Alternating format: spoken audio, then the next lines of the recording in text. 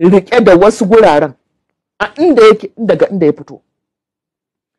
Amma soja zai a jarida, don duk tsaron a jarida ake, ƙarya ce, wasan kwaikwayo ake mutane. Amma ina tausayin shugaban ƙasa Buhari, tausayinsa da nake ji, ba wani wanda ya isa ya hana Allah hisabi. Shi ya alkawari zai ba wa al'umma tsaro, to yanzu menene me ya ci wannan alkawarin?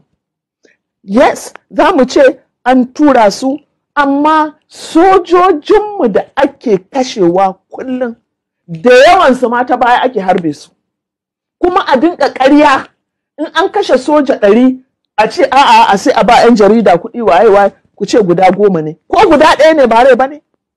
To irin wannan badakalar idan ba shugaban ƙasa ya jajirce ya yi tankaɗe da rairaya ba maganar tausayi ko abokantaka ko kunya tsakaninka da wanda iya da ana kashe al'umma.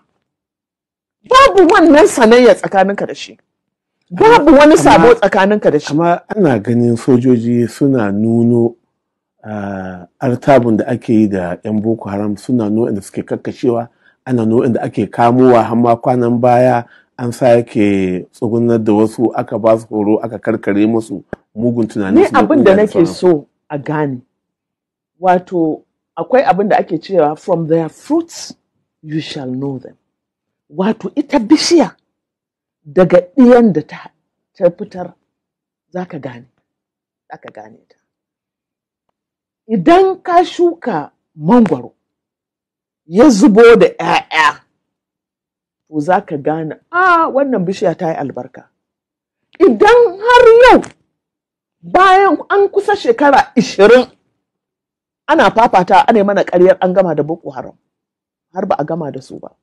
Kuma ina so ka gane maganar Boko Haram ɗin nan, wato sojoji da kansu da su 'yan Boko Haram ɗin sun ɗauke tattalin arzikin al'umma.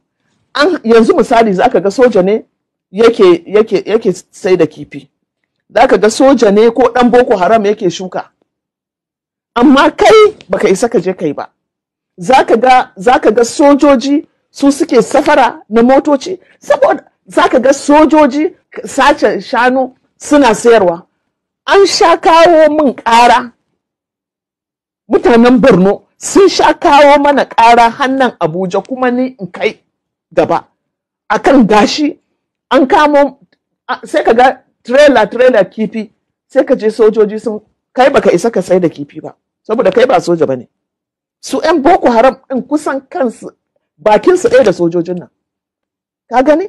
Amma sojoji na ƙasa tun lokacin wancan gwamnan yake faɗa, kuma ba abin da ya canza.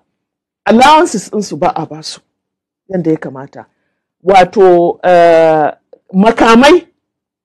makamai irin na zamani, duk da shugaban ƙasa, ni na san a lokacin da shugaban ƙasa Buhari yake cewa kada a yadda a sayo wato makamai sai tsakanin ƙasa da ƙasa, wato gwamnati ya zo a gwamnati, amma ba sa bi.